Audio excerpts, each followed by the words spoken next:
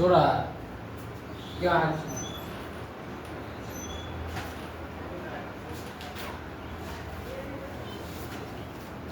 तुम इसको अपने कॉपी में लिख के बना के लिखाओ। 5 गो सवाल। तुम लोग सवाल बताओ तो क्या सब है?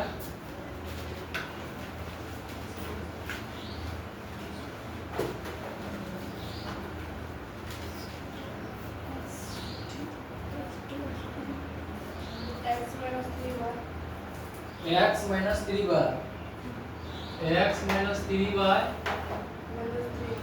माइनस 3 माइनस 3 बराबर 0। ये हो गया समीकरण 1। 3x और 3x minus 9y 9y minus 9 minus 2 बराबर 0। ये हो गया समीकरण 2। तो यह है कितना का? का 1 नंबर। 1 नंबर। एक्सरसाइज कौन सा?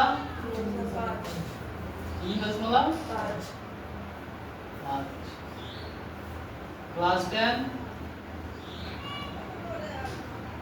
ठीक। अब देखो यहाँ पे समीकरण 1 और 2 मान लिए हैं, ठीक है। तो जो व्यापक रूप होता है वो होता है दो चर वाले रैखिक समीकरण का व्यापक रूप होता है ax plus by plus c बराबर 0।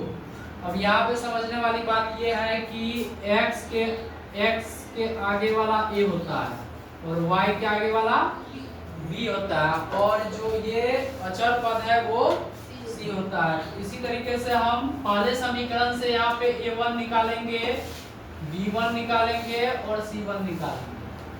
तो a1 यहाँ पे क्या हो गया? x के आगे में कुछ नहीं है तो 1 है, और b1 क्या हो गया? माइनस 3, और c1 क्या हो गया?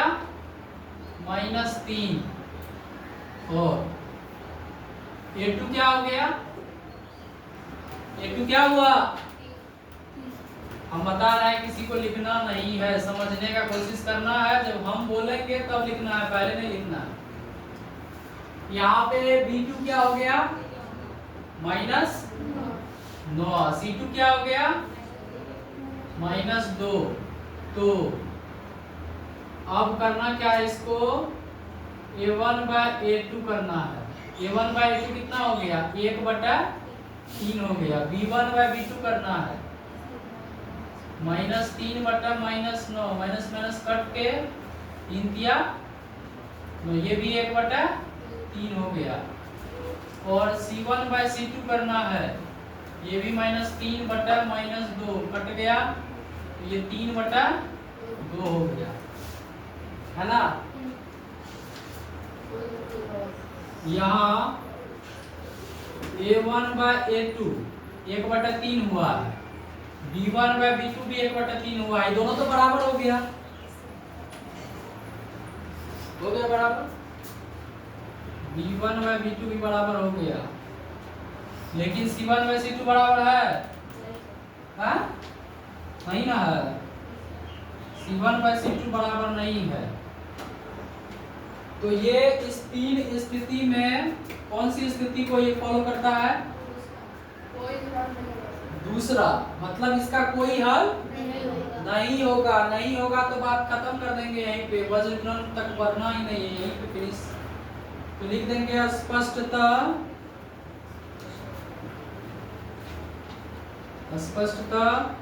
प्रदत्त समीकरण युग्म